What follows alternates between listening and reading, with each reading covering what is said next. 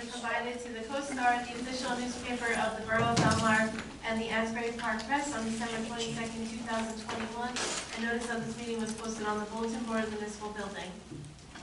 Roll call, Councilman Brennan. Here. Councilwoman Kinney. Here. Mayor Wilson. Here. Councilman McCracken. Here. Councilman Carvelli. Here. Thank you, April. If everybody could rise and join me in saluting the flag of our great nation. I pledge allegiance to the flag of the United States of America and to the republic for which it stands, one nation, under God, indivisible, with liberty and justice for all. Everybody could just remain standing for a moment for our troops, their families, and all our first responders. Thank you. Okay, first up, we're just going to go over a couple of statistics for the summer. So, our chief, you have some statistics that so the council can hear, what went on through the summer. Yes, I do. Good evening, everyone. Pulled together a report for the summer activity for the police department beginning May 1st to September 6th, which is Labor Day. For that time, we received 6,308 calls. Out of those calls received, 3,558 were self-initiated, which means that the officer initiated the call himself, whether he or she saw something happening, a disorderly persons, noise call, littering, or something like that. So that was the calls for the summertime. During that time, 451 borough ordinances were issued on the beach, with the highest for glass on the beach, alcohol on the beach, not having a beach badge, and smoking on the beach, were the four top summonses issued for the beachfront. The other ordinances that were issued around town were 747. So those were the ordinance issued for disorderly persons, noise, more of the stuff that happens after hours, after beach hours. I said noise, alcohol in public. And there, our biggest one was public urination. And then sleeping in public was a bigger one. And then we have, it's called interference with business. It's kind of our local disorderly persons offense that we use. And then the other disorderly persons borough offenses, such as like criminal mischief, defiant trespass, disorderly conduct, there was 264 summonses issued. So a total of 1,462 borough ordinances were issued throughout that period of time. We had 162 arrests, and then we had 388 motor vehicle violations. So that's not including parking. That is just moving violations such as speeding, careless, failure to stop at a stop sign. And then the last report I have, well, actually not the last one, for parking violations, for handwritten violations, so this would be in the yellow, or no parking violations, was 1,942. And then for our overtime parking, which is along the metered parking, we still call it metered parking, the paid parking, along the beachfront and the two lakes, was approximately 8,000. Our system has been down, the state system. We've had numerous calls to the state, numerous emails to the state, and usually we can just go on there and print out the report, but I got the number from the court, which their numbers are actually better than our numbers. So totaling parking tickets for the summer were 9,942. As far as community policing, we did change it up this year, and we asked that the residents call the police department instead of emailing their captains and, the time frame and us actually getting the complaints and stuff like that. So the community policing oriented calls were 802 calls were received, and 231 calls were self-initiated by the officers. So that is the report from the police department. If anybody has any questions or wants a better breakdown, you can call me and I can give that to you. But I would also like to make a report on our EMS services. Back in July, we went to shared services in Como, Seagirt, and Manasquan. So I had Rob DeMartin, who's our supervisor, run a report from from May 30th to September 5th, they responded to 675 calls within the 4 boroughs. Out of those calls, their response time, on average, for the 4 towns was less than 5 minutes per call. And then out of those 675 calls, we have mutual aid agreements with Wall, Neptune City, Neptune. They were able to not only answer our calls, but assist those towns with 29 calls during those months. They're currently operating with a staff of 1 supervisor, 8 full-time EMTs, and approximately 13 part-time EMTs. So, and they have 2 rigs on per day.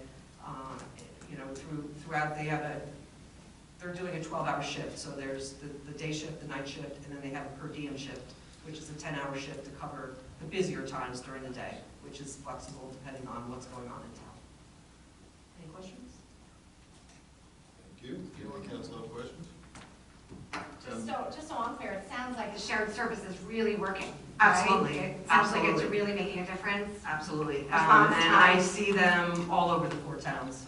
My son frequents Madison a lot, so I'm down there a lot, and you see the Belmar truck around town, Seagirt and Madison area, so. Yeah. That's great. Just a couple other statistics I want to bring up. The lifeguards this year did an unbelievable job. They had over 16,000 preventative maintenance or preventative action calls where they're whistling people out of the waters and stuff like that. But some of the numbers that popped out was they had 515 documented rescues and 70 lost children. So you know it was a busy summer. And then some of the other ones, I just want to go over some of the beach badge numbers. We sold 16,676 season badges. Disability badges was 245. Senior badges was 5,581 badges. Dailies were 287,163. And the vets, I was glad to see that over 7,800 vets took advantage of our beach, so that was a nice number to say. And then there was our summer rentals this year were 262. Our yearly rentals were 69. Title transfers were 33 so far this year. And some of the borough ordinances during the summer for code enforcement was 83. 78 summer inspections were done. So, you know, overall, when you look at some of the numbers, we have a little busy square mile. We have a busy town in the summertime, but you know, it's nice to get through the summer and take a look at some of these numbers and see exactly what all our employees have to do, because it is busy and they are out there working, where a lot of people will say, you know, you don't see the police doing anything like that, but when you listen to the numbers, they're working all summer. So, and of course, Billy Musto, our DPW director, he's going to give us a report for the next meeting, correct? Yes. Anybody have any questions on the? No, you know, I'm just really impressed with that number of calls. It sounds like almost half of the calls are self-initiated by our officers. That's really amazing. And I'm also very happy to hear that we're writing tickets for smoking on the beach. Just one thing I meant to point out, we were working with half the staff that we normally do as far as seasonal staff. Right. Wow. So, you know, for those numbers, I think they're very good. Everybody's working hard. And the lifeguards too, Mayor, right? Weren't the lifeguards, we were like short of lifeguards this year too? Yes, we're short lifeguards, but you know, everybody pulled together. They did a great job this summer.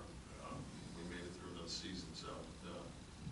But you know, when you start to go through all the numbers, that's why we wanted to bring them up tonight, because you know, if you look at it, and yeah, everybody's working hard. So.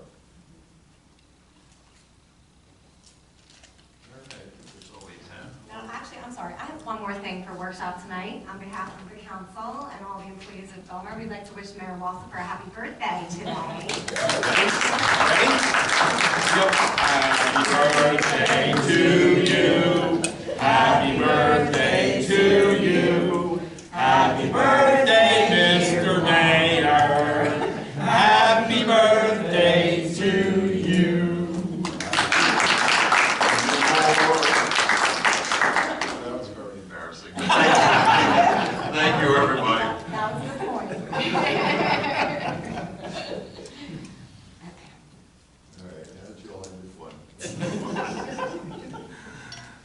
April, do you have any petitions?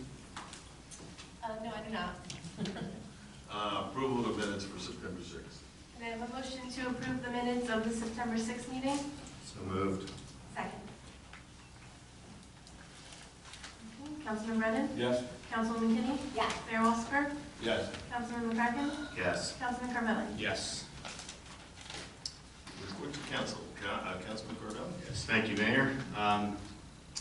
I was out of town pretty much for the last 2 weeks, so I don't have much to report. I know that the Harbor Commission met and that the Finance Committee is supposed to be meeting later this week. Yesterday, the Planning Board met. We had one application for what is being called the Newman Project, which is on 11th Avenue behind the 7-Eleven on Route 35. That was passed unanimously, so that project will be moving forward. And other than that, I don't have anything to report, so thank you. Thank you. Council President McCracken. Thank you, Mayor. As you all know, September is known as local summer here in Belmar. And I was looking back on the last 14 days since we had our last meeting. And a lot has happened, a lot of really cool things. So we had the Belmar Pro Surf Tournament.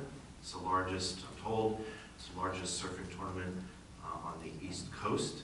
That happened here on our Belmar Beach. It was well attended. I know there were a lot of spectators and professional surfaces. I think the guy who won is from Barbados or something like that.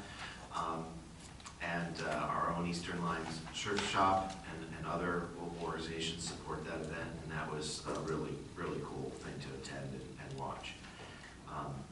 The Belmar Fishing Club had a Fisherman's Mass. The Belmar Historical Society hosted the 150th anniversary celebration at the Taylor Pavilion, so kudos to that group of volunteers who put on a really nice community day. The fire department was there with their antique equipment, and then several Belmar organizations and other area organizations focused on environmental issues, and many others were there educating the public. Tom Brennan and I had a chance to walk around a little bit there and really learned a lot. So thank you for the Belmar Historical Society for doing that. Then we had the Autism Beach Badge, another nice event hosted by a local organization. Thankfully, the weather held off, and in attending that event, it looked to me to be very well run and organized, and everybody seemed to be enjoying themselves that day as well. Sadly enough, in the last 2 weeks, we had 9/11, and there were several events held in town to commemorate that tragedy.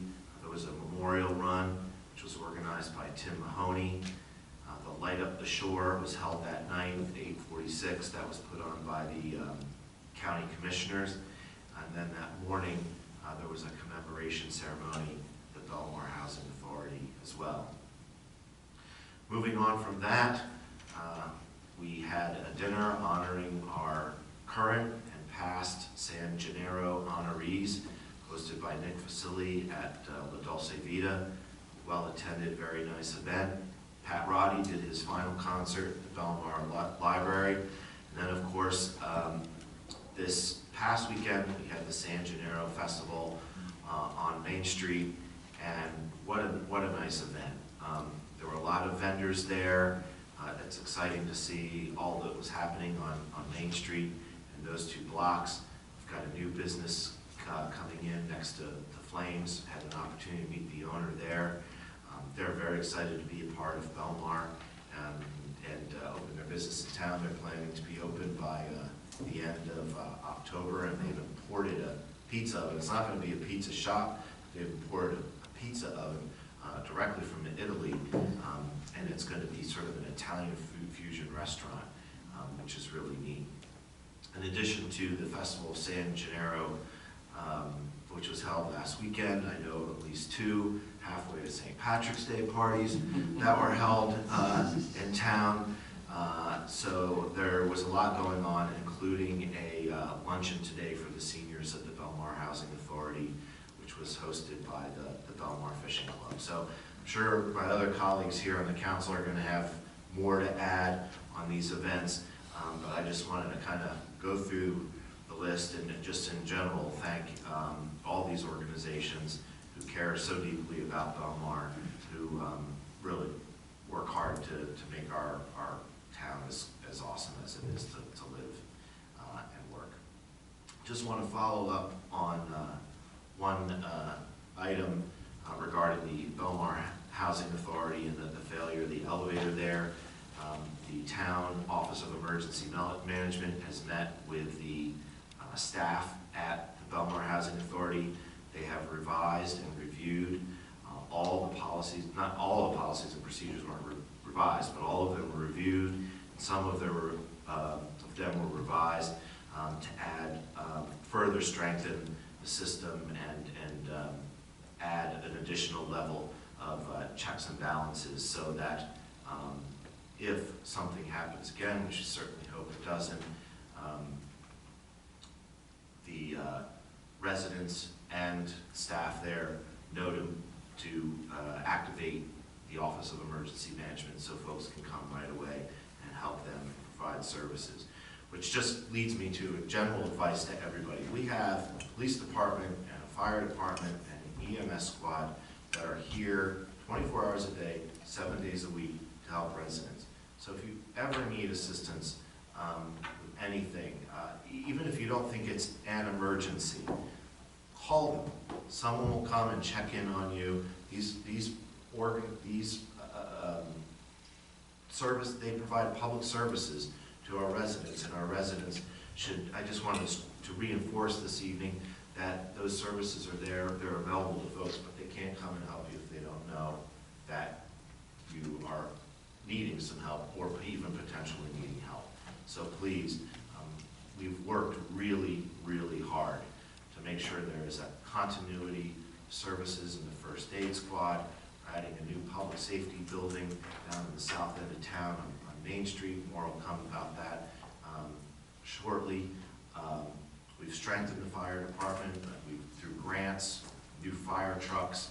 Our regional EMS service is, I believe, going to be a statewide model. And of course, we've got a fantastic chief with well-trained officers who this summer, because of the workforce shortage and just the general staffing issues that all businesses are having, it's not exclusive to the private sector, it's the public as well, has done a fantastic job protecting our residents.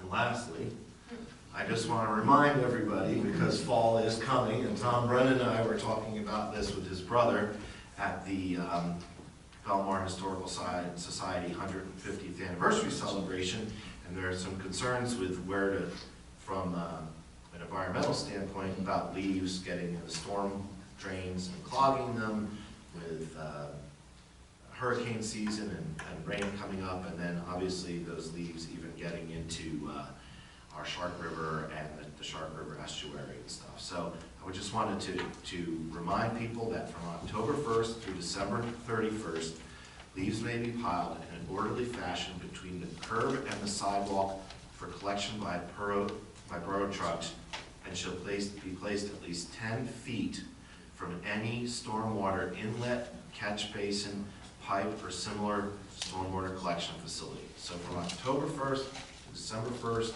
put your leaves out, don't put them on the street, put them between the curb and the sidewalk.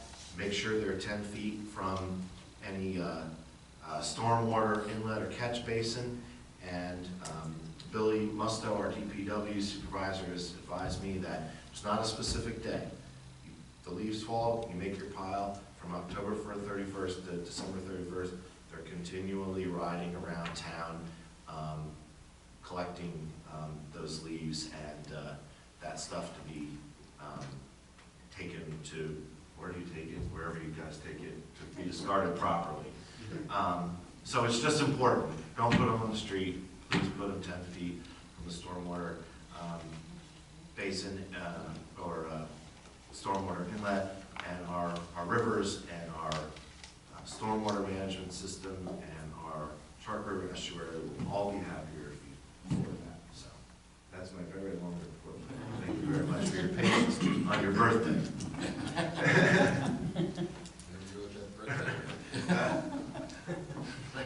Thank you, Councilman Bracken. Councilman Brand? Thank you, Mr. Mayor, and thank you, Council President, for leaving me nothing to talk about so much. You did talk to my brother, did you? Oh, yes. That's right.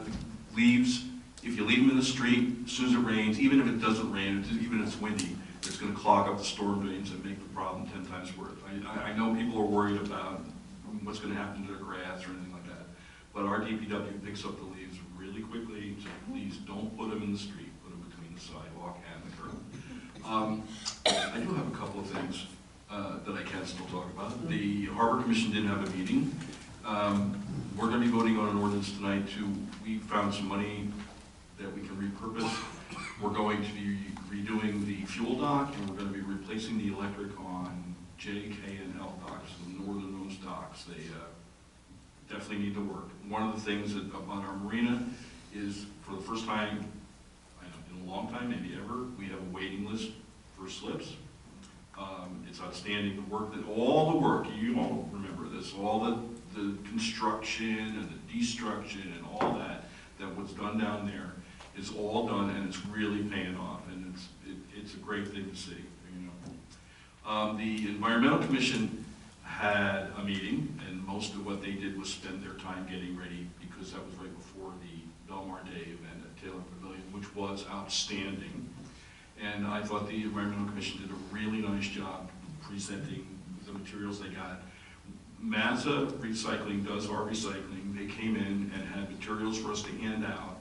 And again, I'm going to say, everybody really, one of the things the Environmental Commission wants people to realize is that, unlike all those times I said, oh, you can only recycle this kind of plastic and that, because Mazza has upgraded their facility, and it's a fantastic facility, you can recycle basically any kind of plastic. Right now, the only thing we can't really recycle is plastic film, like, you know, bags that you can't get anymore, and the shrink wrap around your cases of water and stuff. We don't have a way to recycle that right now. But everything else, pretty much all set. And while I'm speaking environmentally, I do want to say, one of the best things about living in Belmar, I really believe, is local summer. It's amazing. It really is. You can see, I've been to the beach more in the last 2 weeks than I went the entire summer, because it's just great. And my family and I, my son's visiting, and we've taken the advantage of going around and going to some of the great restaurants that I would never go to in July and August because they're too crowded. It's been wonderful. My only real complaint is that every place I went, I was given a plastic straw that I did not ask for. And I'm sure most of you are aware, Belmar's got its own ordinance, it models the state ordinance. Our ordinance has been in effect since last November, the state ordinance since May. So I spoke to code enforcement. We're going to send another email to all these businesses and remind them. And I got to tell you, I don't fault the servers. The servers are just doing their job, you know. I absolutely fault management. The people are not being trained to just say, would you like a straw? I mean, that's all you have to do. That's all that has to happen for this. And it really gets me that some of these places just aren't thinking about this, because if you stop using plastic straws, you're going to save a lot of money. I mean, they wouldn't have to order more straws, or they could make a much smaller order. They won't use what they've got in stock. It'll save money. It's just, I think it's really either a lack of awareness, or, you know, I hope it's not, you know, a lack of concern, because, you know, you all know what it's like down at the beach with all the plastic straws. And I noticed a difference this summer, that fewer straws and fewer plastic bags, and even less styrofoam down by the beach. I definitely saw a reduction in that kind of waste. So if you are out and you feel comfortable and somebody brings you a straw, just say, I didn't ask for that. You know, and if they do ask you, please congratulate them. Thank you for asking me. That's excellent. No, I don't want a straw. Thank you. And that's my report. Thank you. Councilwoman King. Thank you, Mayor. So I would like to reiterate what my fellow council members said about what a great September we've had. All the events in town have really been awesome. Belmar's birthday, I love that. The history. I was especially taken by all the old hotels that were up on our beach at one point, which is incredible. I thought the San Gennaro Festival was great, the Mass was great, all the events have been great, the Belmar Pro, the Autism event, so, and I especially really loved the lights on September 11th. Did anyone see all the lights shining up into the sky? I thought that was great. So thank you so much for all of those who participated in that. Our next ADA meeting is Thursday, October 13th. The next recreation meeting, we haven't had one, the next one is September 27th. Around the schools, St. Rose High School would like to announce that they're having an open house Wednesday, October 19th. Families are welcome between 6 and 8 p.m. to check out the high school. St. Rose Grammar School is having freshmen for a day at the high school on September 28th. Both those schools are closed October 10th for Columbus Day. St. Rose Grammar School is also having their book fair from October 10th to the 13th. And Belmar Elementary School is celebrating Hispanic Heritage Month from September 15th through October 15th. So there's a bunch of events happening at the school. And that's all I have. Oh, I do. I'm sorry. Right, my bad. Sorry, Kyle. Kyle would be mad at me if I forgot. Oh, you were pink. Sorry. Okay. Belmar Cares is having their breast cancer support group concert, the Atlantic Wind Ensemble, and that is happening Monday, October 10th, at 7 p.m. at the Taylor Pavilion. Okay. That's it. Thank you. Thank you. Yes, our council president covered almost all of my reports.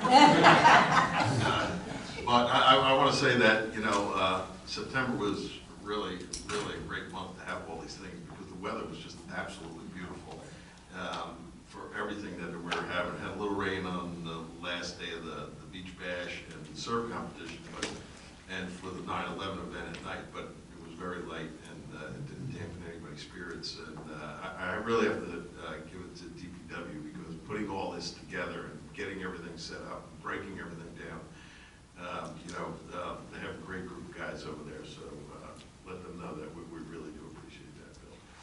And of course, our police department, you know, with the big influx of people and, you know, taking care of everybody and making sure that everybody arrives and gets home safely. So if you can convey that to all police officers, so they did a great job.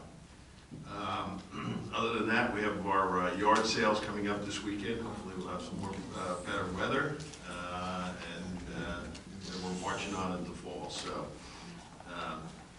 that's just about all I have because Jim, of course, took it all.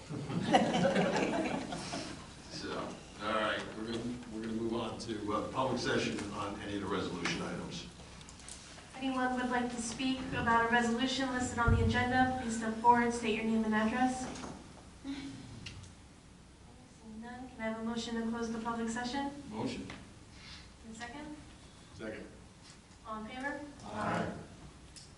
Can I have a motion to approve the resolutions as listed on the consent agenda? Motion. Second. Councilman Brennan? Yes. Councilwoman Kinney? Yes. Mayor Walsifer? Yes. Councilman McCracken? Yes. Councilman Carvelli? Yes. Next we have first reading and introduction on bond ordinance 2022-19.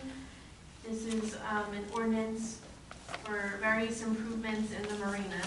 Would someone like to offer it for first reading and introduction? I'll make the motion. Second.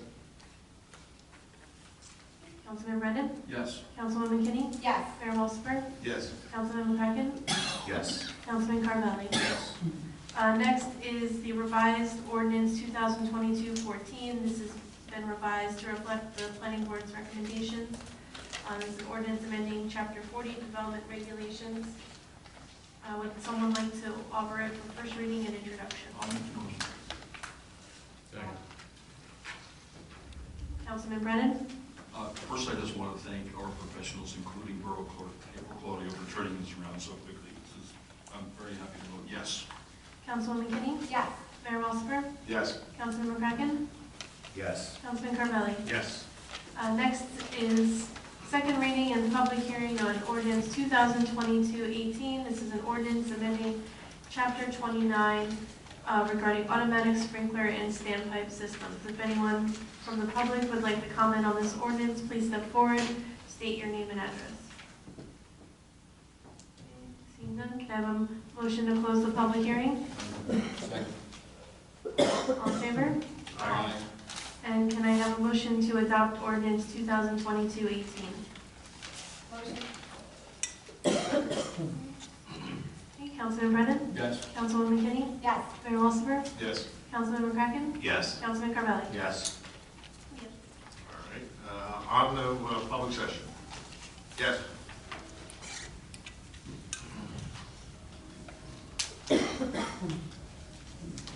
Anita Pecorelli, First Avenue, the Belmar Public Library. I requested an audit of the Belmar Library, and I was told the library was included in the town audit. The Belmar Public Library has on average. What? Can't hear, Can't hear me. Speak into the microphone. You have to speak into the mic. The Belmar, I requested an audit of the Belmar Library, and I was told the library was included in the town audit. The Belmar Public Library has an on average $600,000 beginning budget.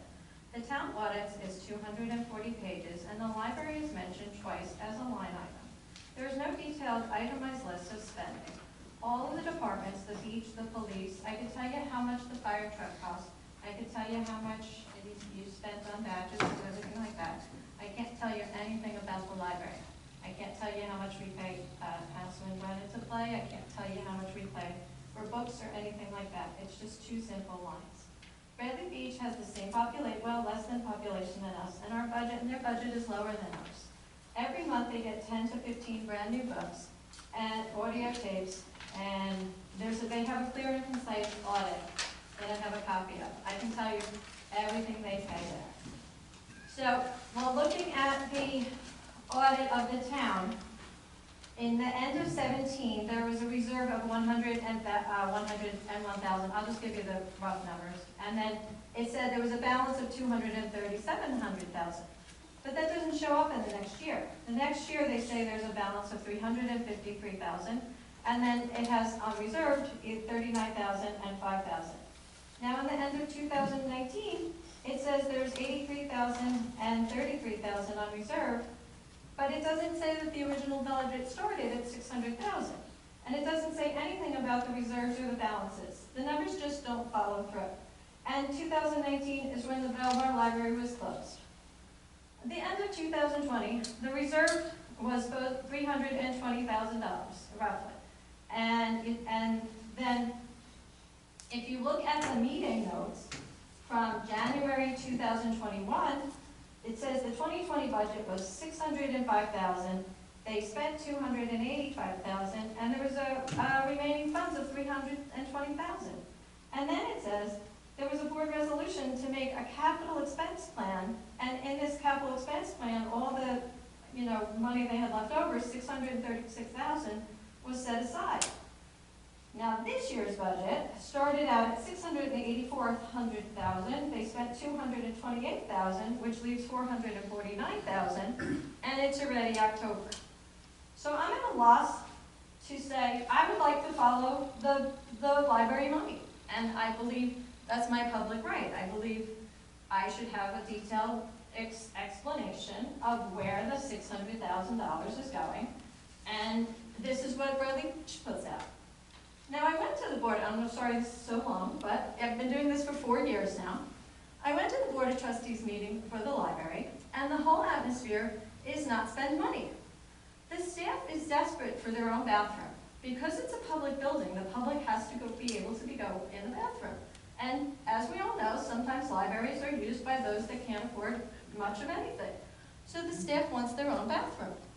Doesn't seem unreasonable to me. There seems to be $1 million somewhere. So why can't they have their own bathroom? Why can't we have books every month? Why can't we have a door? Why can't we have windows? Why is no attention being sent to the library? Why can't we have an addition? And why can't we have events again? Why can't we have bus trips out of the library in Atlantic City to plays? Where is this money? I literally see $1 million missing, not accounted for. And how can I get an explanation of all this? Thank you. Mr. Mayor, Yeah.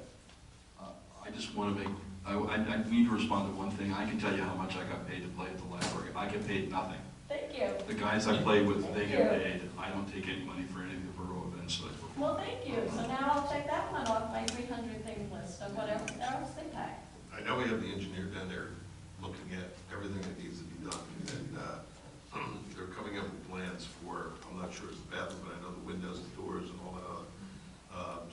And they've been going back and forth, and I think it's because it's, what kind of building is it? There was a lot of research done because it's a historical building. We have to make sure we're within our confines to change any of the structure.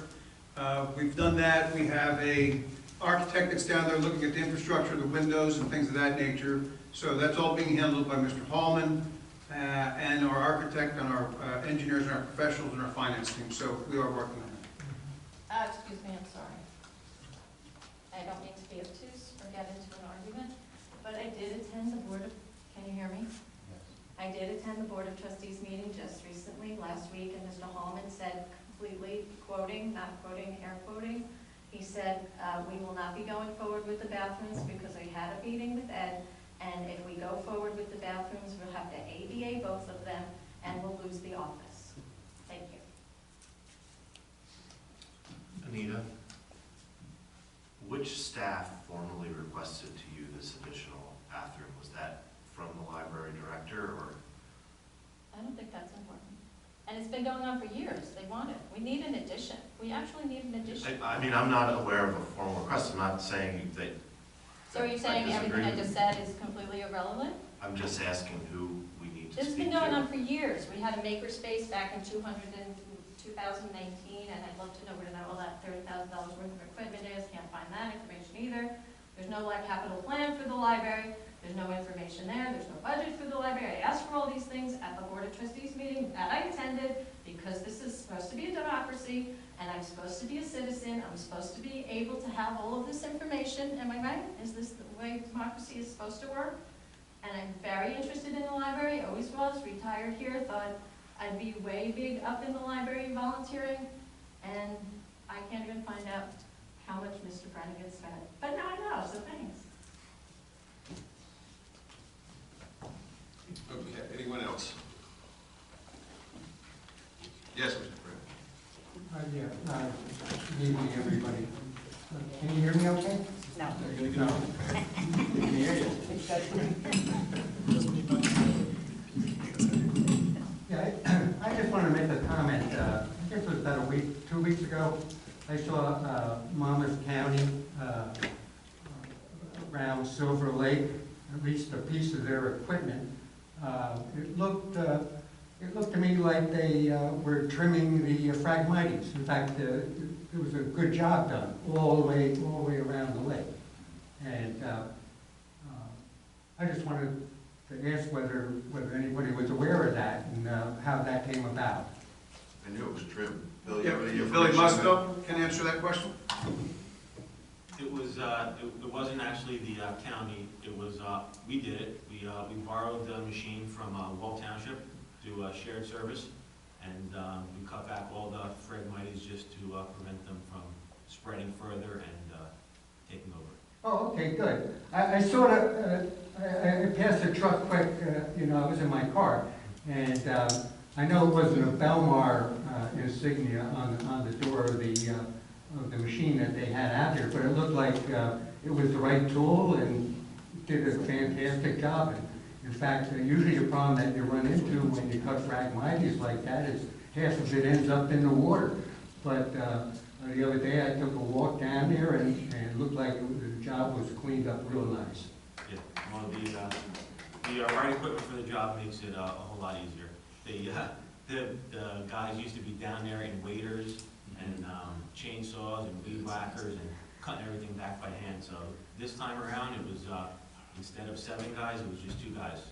And it was a week's worth of work, that's it. Fantastic. A little bit of old news, if I could just bring it up here. And this has to do a subject that really isn't my bag. But back in 2019, Mayor and Council passed a affordable housing development fee ordinance, and it became law back in 2019. And actually, I have some questions. I watch all the videos for the land use boards, whether it's zoning board or planning board. And I also read the newspaper. And it seems that when I take a look at other towns in our area, number one, and their land use boards, top on the headlines has to do with affordable housing. But I never hear this come up, I haven't heard this come up in the 3 years at any of the planning board or zoning board meetings. I know, I can just tell you from dealing with the Seaport redevelopment, it goes into their builders redevelopment agreement with the town. So whatever the affordable, what they need for affordable housing is in the, so before it even gets to planning board, it is in the redevelopment agreement that we come up with. Now that's part of the Seaport redevelopment, and they have to follow all the guidelines for any of the other buildings that are being done through the planning board, zoning board. So, and our engineers and planners will make sure that that's happening. So I don't know what's happening on those other boards that they're not announcing it, but I know in the Seaport redevelopment, it goes right into the redevelopers agreement. Right, okay. That's clear cut, and of course the redevelopment area is a whole different set of rules. In fact, I think all the rules got thrown out over there, but be that as it may. According to, and I guess this is Belmar law now, right? It is. So okay. There have been a large number of D variances issued, and this ordinance makes it real clear that when D variances that result in an increase of housing density, in other words, if a piece of property is zoned for one single family dwelling, and a developer builds 2 houses there, then he has to pay a affordable housing fee to the town. And I did send an Oprah request in, this Affordable Housing Trust Fund, which was supposedly created by this ordinance. The response was, it was non-responsive, as if it didn't exist. There have been a large number of, over the past 3 years, of D variances issued, where housing density has been increased. We have one on 12th Avenue. Now maybe there's 2 lots involved there, it's zoned single-family residential, but they're going to build 24 housing units. What I would like to know is this ordinance actually in effect? And there have been other D variances issued here in town. I was kind of astonished to find out. on this. One, I'm kind of shooting a little blind because I'm not exactly certain exactly what the language on that paper is, because it was passed in 2019 and I probably wasn't here. But in terms of the affordable housing obligation and the affordable housing trust fund, certain developers, depending on what they're planning on proposing, major subdivision, minor subdivision, there's a lot of intricate parts in Mountain Laurel litigation, and it's actually such a niche specialty that there are specialized attorneys who just that's all they do, because it's insane. There's only 5 judges in the entire state who handle all Mountain Laurel litigation. So in terms of those news articles, when you do see affordable housing developments, it's probably because it's a result of Mountain Laurel litigation, where the township is trying to turn a blind eye to its affordable housing obligations. And because they got caught turning a blind eye, the planning board ended up losing a case, and then they had to approve an affordable housing development, and that's why it usually gathers a lot of attention in the news. In terms of it being large, as far as D3 variance, and that's a departure from the FAR, which is the floor area ratio, otherwise known as a density. I did know that the mayor and council, you guys have taken particular concern with departures from the FAR, especially in terms of any proposal that's in the Seaport redevelopment. One application, if I recall correctly, was the Sackman presentation, where they proposed that overly large development, which was a departure from the FAR, and therefore, although they were proposing an affordable unit, it was still in violation of the FAR, so there was a situation. In terms of this specific instances with those applications for the D3 FAR variances, otherwise known as a density variance, I don't actually know the substance of those plans, so this kind of shooting blind of what any effect, if any, they should have had on contributing to the the borough's affordable housing trust fund. So it'd be a little bit more, but in a nutshell, I need to look into it. Patrick, but it doesn't have to be, it has to be paid if they don't put affordables in, correct? That's correct, so. If they're putting affordable units in, then they don't have to pay. That's correct. And then they wouldn't be paying until the project's complete. Before they get a certificate of occupancy. So the project you're talking about on 12th Avenue, they wouldn't be paying into the fund until, I guess, the project's complete. That's correct, provided that they don't meet their affordable housing obligation. Right, but if they have affordable units in the project, then they don't have to pay that. That's correct. Yeah. Patrick, I have a question. Who do they pay? So actually, it goes to the borough in this instance, and it would be contributed to this affordable housing trust fund, and the money that's in that trust fund, because it is a trust, could only be used in furtherance of the borough's affordable housing obligations under the Mount Laurel cases. So you could write, correct me if I'm wrong, but we're not under the Mount Laurel obligation right now, but you have to have a trust fund set up, because if they ever come down and say, you know, you had this building and you don't have enough affordables, that's why the trust fund was set up. So yes and no. Yes to the point that you were correct with the trust fund, but we are always under the Mount Laurel obligation. So the Mount Laurel obligation is a set of phases. The borough is currently not in non-compliance, meaning that you have violated your Mount Laurel obligation. You guys are actually performing well, which is good. If we weren't performing well, the Fair Housing Committee would certainly be letting us know. So. And the Fair Housing Committee is a state organization? Correct. They're a nonprofit organization that advances affordable interests throughout the state of New Jersey.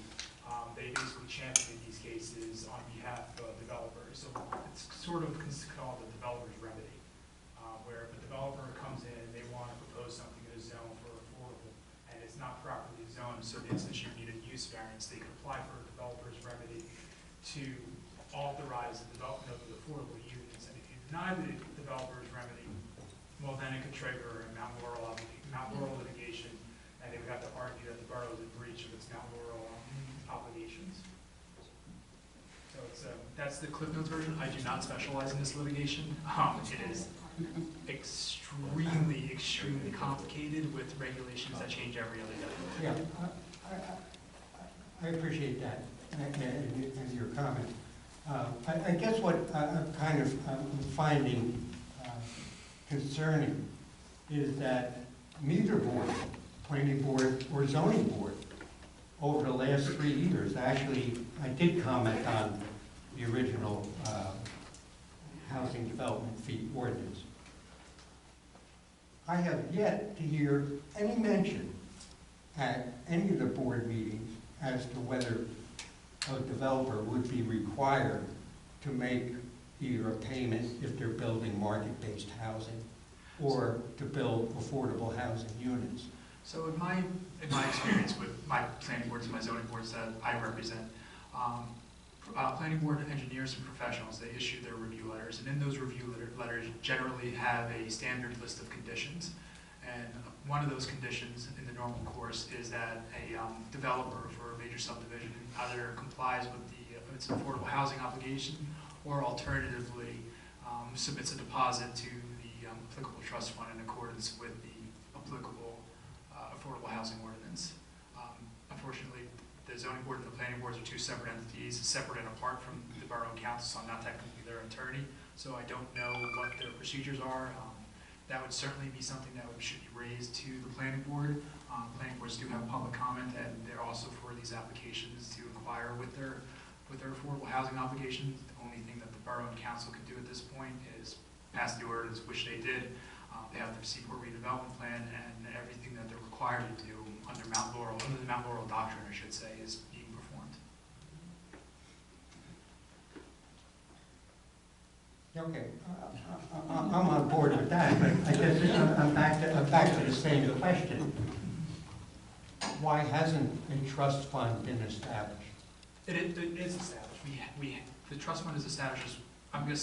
My guess now, based off of your conversation, or this conversation, I should say, is that there's no money in it, probably because, as the mayor commented earlier, there were developments that were in the works, but these developments aren't completed and they haven't applied for a final CO. They wouldn't have been required to comply with the condition precedent for which their approval is vested upon. In this instance, would be the contribution as their fair share to the affordable housing obligation. Yeah, however, this is 3 years Belmar law.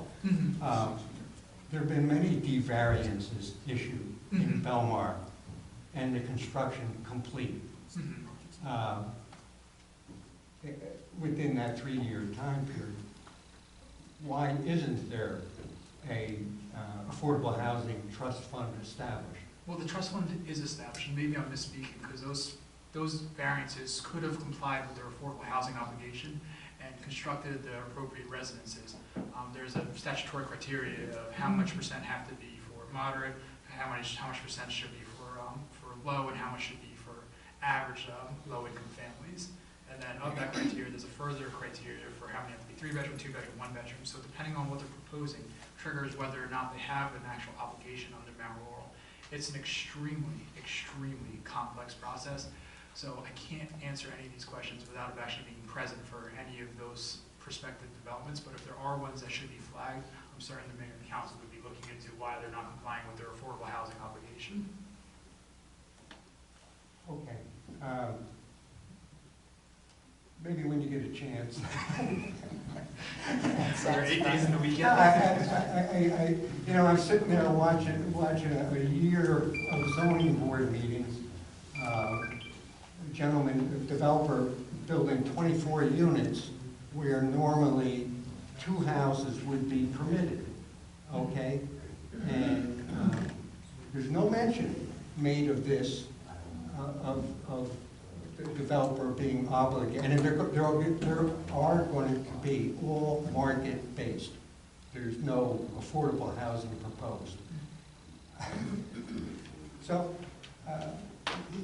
here we have, proceeding that's going on for more than a year, and no mention that the developer would be obligated to make a payment to this trust fund.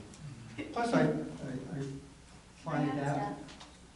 I just wanted to say, for the zoning board, for that particular application and for all applications, it's standard language in all of the resolutions that they must comply With their affordable housing with the obligation. affordable obligation. So, Build it or pay. Yeah, while they might not discuss it, it's in every resolution. Whether it applies to that application or not, it's in every resolution. Excuse me, April, has there been a trust fund established by Belmar? Yes, but no one's had to pay into it yet. That was why there was no records to provide. Because there's no projects that have been completed since that ordinance went into effect. That meet the conditions that require a payment. Right. I think the only one that you're talking about is the one on 10th Avenue, but he has put in affordables in the 10th Avenue one. There's six or eight. It's Yeah, 6, so 10% of the units. He met the obligation by putting him in the building. So he didn't have to pay as long as you're putting the obligation into the building of the building, and he meets the Mount Laurel obligation, then you don't have to pay. It's when developers come in and they don't want to meet the obligation, then they would have to pay into a fund. I believe there have been D-variances issued in town here, and the construction is completed. Right, Patrick, the D variances is for like new construction. It's not if you have a front house and a back house and you're rebuilding your front house or rebuilding the back house to what, just a newer version, those are getting D variances.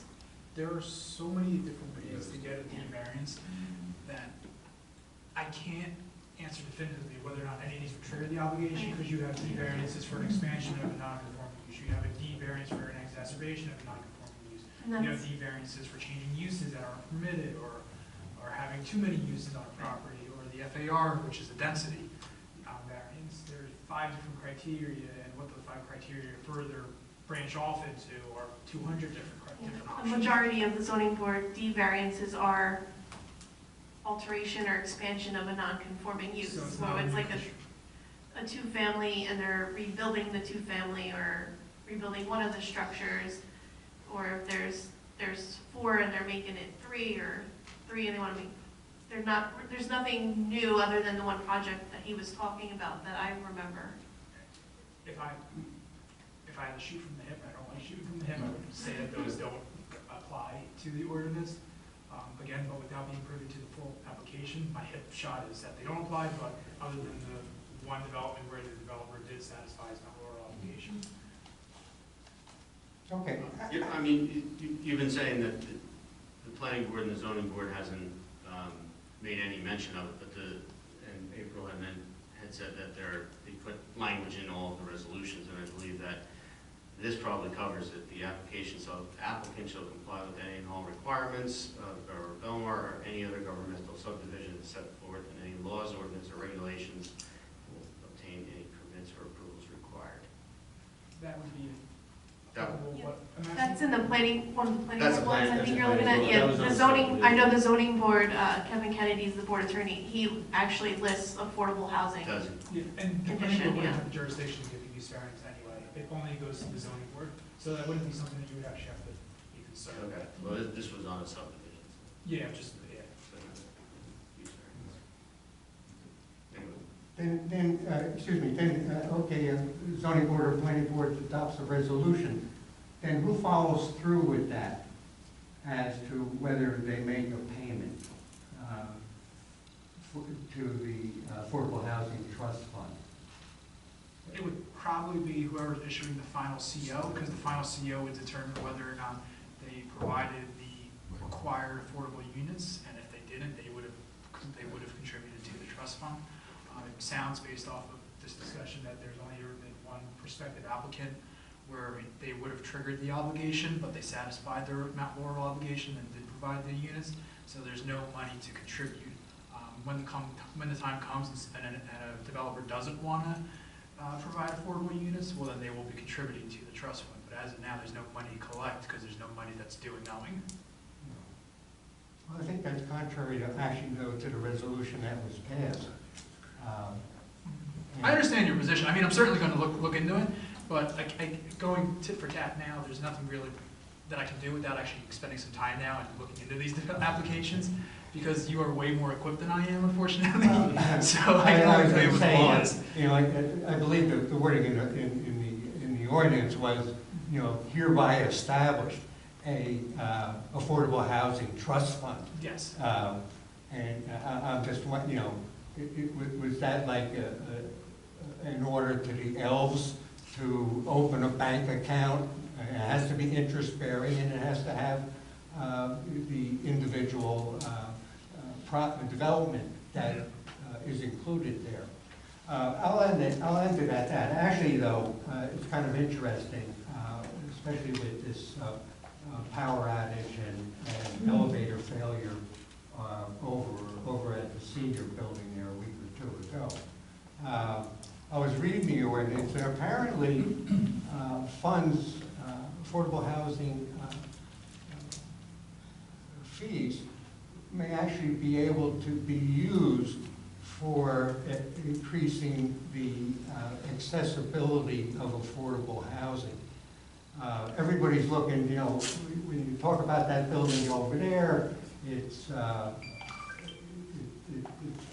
federally regulated, but there's probably nothing that would be, if the borough, say, had an affordable housing trust fund, that money in that trust fund could perhaps be used to pay to increase the accessibility of the building itself. So, Mr. That's all. Kramer, I had a call this week with a senior official at the Housing and Mortgage Finance Agency that's allocated that money out of the governor's budget, and there is in fact money in there.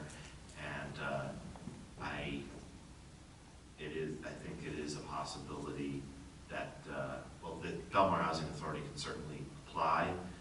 It is possible that they would be eligible funds, but there are some very restrictive covenants as to how to access that money. And, but we're absolutely looking into it. And you know, I personally went right to the source of the person who's in charge of those funds and had a meeting. And if we can access them, we certainly will. Very good. Okay, thank you. You? Anyone else? Yes? Me? Yeah.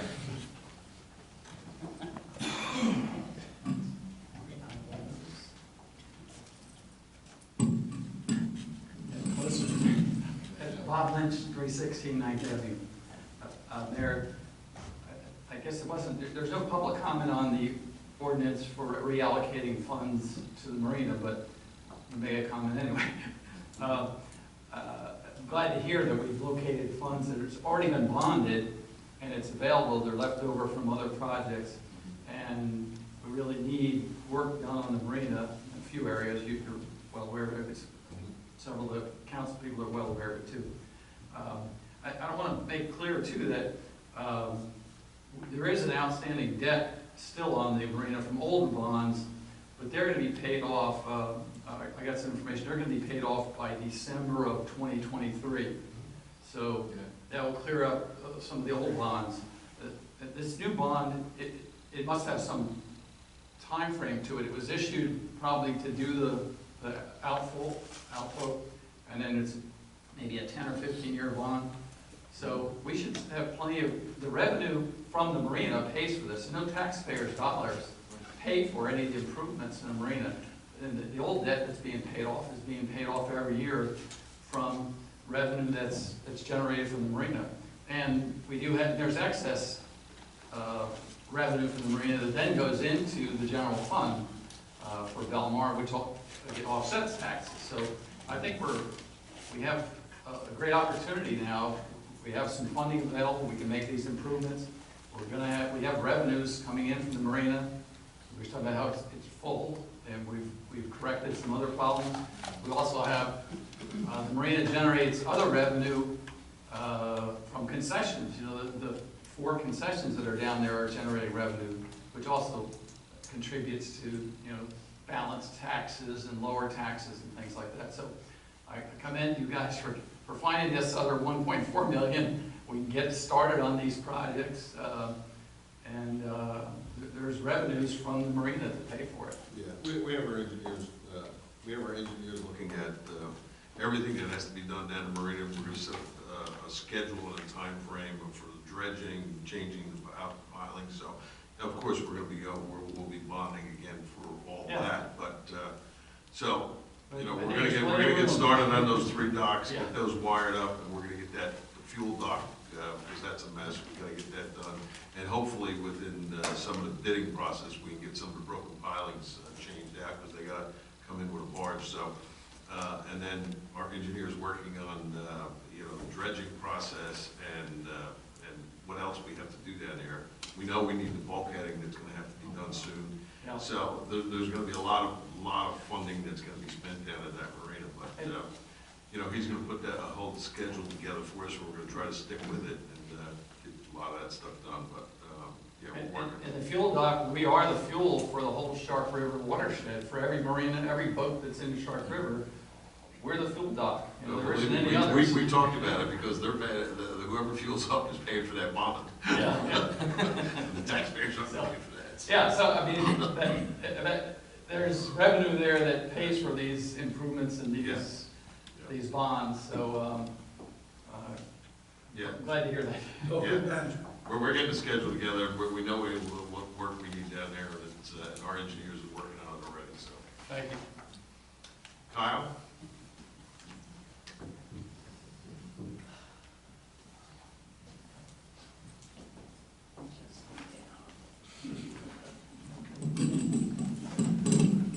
Howard Zatella, 14th Avenue, Belmar.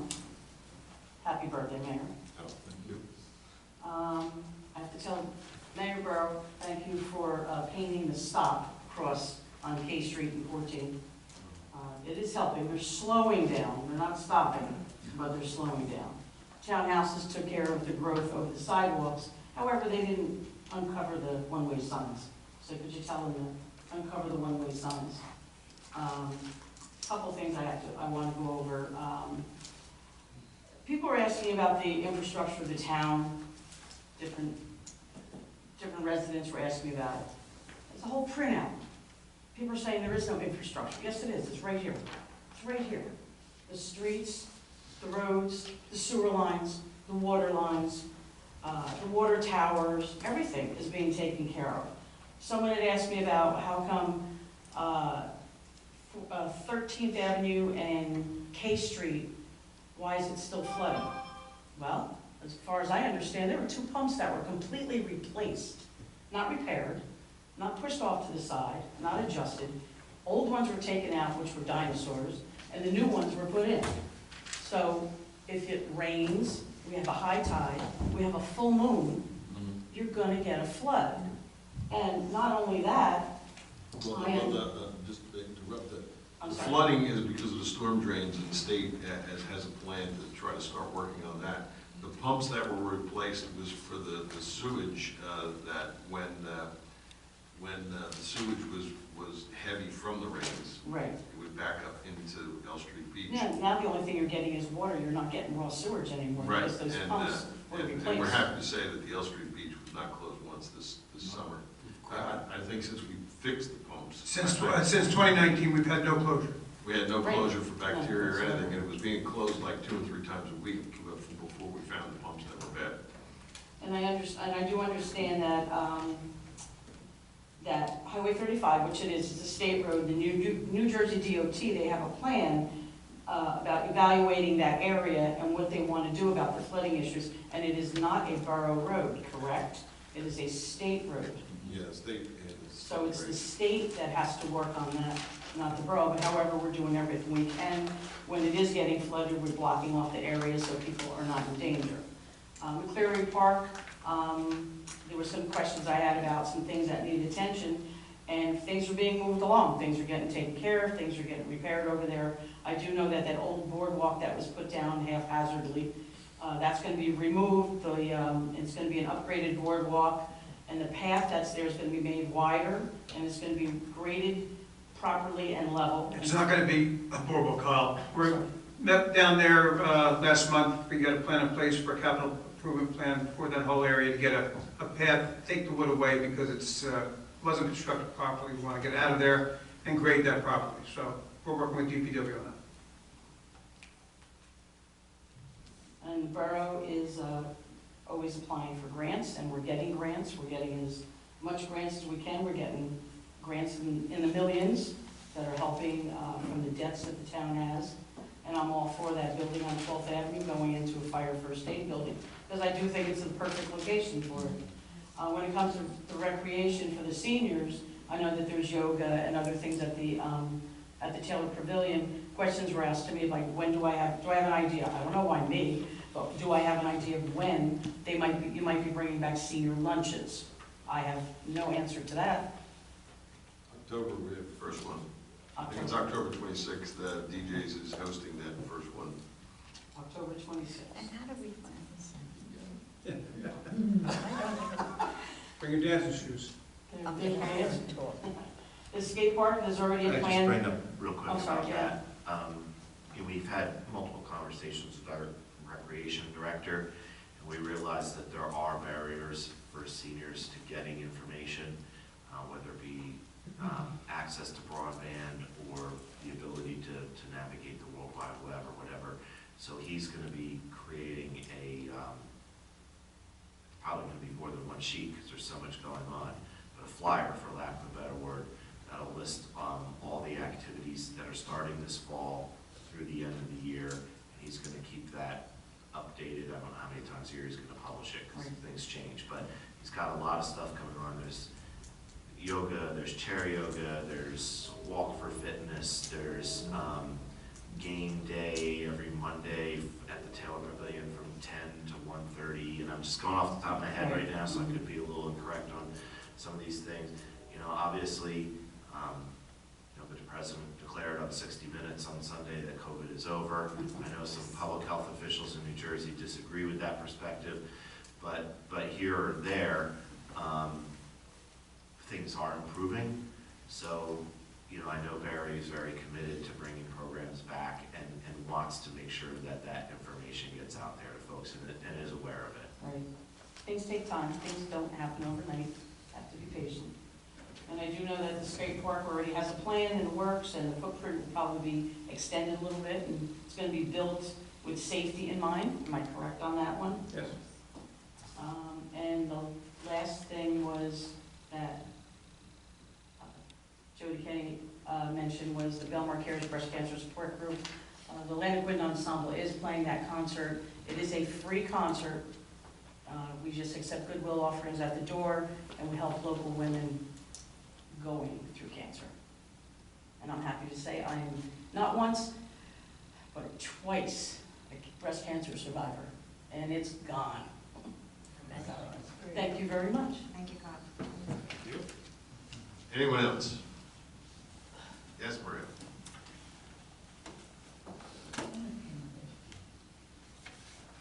I don't want to talk, but I have to. As far as the corner of 12th and A, when they repaved the road, well, when we have heavy rain, it's flooded. Not only on the south side, now it's on the north side. And that water stays there for a good day or two. And also the lines in the street for parking, they should be looked at, because when they had the white lines and they went over with the black or whatever it is, that all wore away, and have no idea, how to park. Is it right? Is it not right? And we go outside and say, you're okay. You sure I won't get a ticket? No, you're okay. I feel like I'm doing the job without pay. We'll take a look at it. I like it without pay.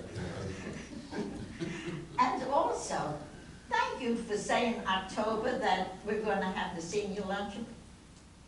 Why don't you send us old ladies and old men a nice little list in the mail saying this is going on, this is going on, and this is Well, that's what we're working on. Or Barry, we had a meeting, we had a discussion with him today, and to get all this in a list for everybody, whether it's monthly, and get it out to everybody. So he's going to be doing No, that. I don't drive anymore. What's your definition of old? What's the What's your definition? definition of old? Well, there's no definition, because I'll be 95 next year, and when I'm 100, I'm on a destination. Okay. So if you have any ideas, let me know, because I'm all for it. I cannot hire a boat, that's for sure. That's too expensive. We'll take a look at the But flooding. at the marina, What? maybe at the marina, I could rent a boat, the senior that's been here so It long. would be fun. Sounds like fun to me. Yeah. Come on. Okay, that's it. Thank you. Anybody else? April? Can I have a motion to close the public session and adjourn the meeting? Okay, good. Thank you. All in favor? Thank you, everyone, for coming out.